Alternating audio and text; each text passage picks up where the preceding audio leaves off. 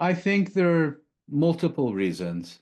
Let's say, the most benign reason that genocide has a very specific legal meaning that was developed in 1948 in the Genocide Convention. But most people who are confronted with genocide, of course, are not lawyers, may not even know of the legal meaning of genocide. And when they think of genocide, particularly in Western countries like the United States, of course, the first thing they think of is the Holocaust. The Holocaust, gas chambers, the extermination of 6 million Jews, that if the Nazis would have had their way, would have ended up murdering every last Jew they could get their hands on in Europe. And to them, unless it replicates that, it's not a genocide. In other words, if you could have killed 2 million people and you only kill 50,000, only in between quotes, then they don't consider it a genocide. Whereas a genocide, of course, the primary criteria of genocide is not so much what you do, but why you do it. You kill people with an intent to exterminate that people in whole or in parts. So in Bosnia, for example, in Srebrenica, 8,000 people were killed, but the International Court of Justice and the International Tribunal on the former Yugoslavia both ruled that that was an act of genocide. In other words, millions of Bosnians were not killed, but Srebrenica was still considered a genocide. Similarly with the Rohingya in Myanmar.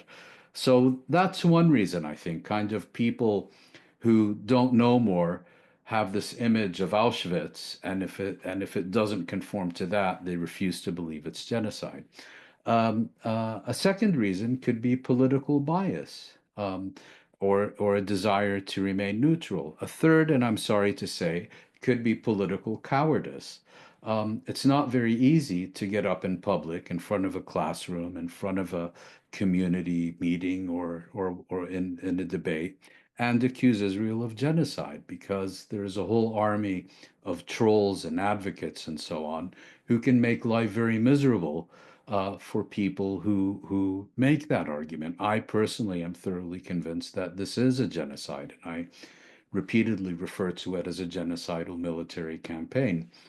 And finally, as you may know, this case is now being adjudicated by the International Court of Justice. And some people will say, well, I'm prepared to believe it's a genocide, but unless and until the International Court of Justice in The Hague issues a definitive ruling that it's a genocide, I don't feel comfortable making that determination. Where, I mean, on the one hand, I guess if, as a matter of law, it's perhaps understandable that, I can't accuse you of anything absent a court verdict that you're in fact guilty of it. But when you're with a situation with such overwhelming evidence, where a growing number of Holocaust scholars, of genocide scholars, of social scientists, and Middle East specialists are in growing numbers concluding that this is a genocide, or at least genocidal in character, it becomes very difficult, in my view, to continue hiding the sun with your finger.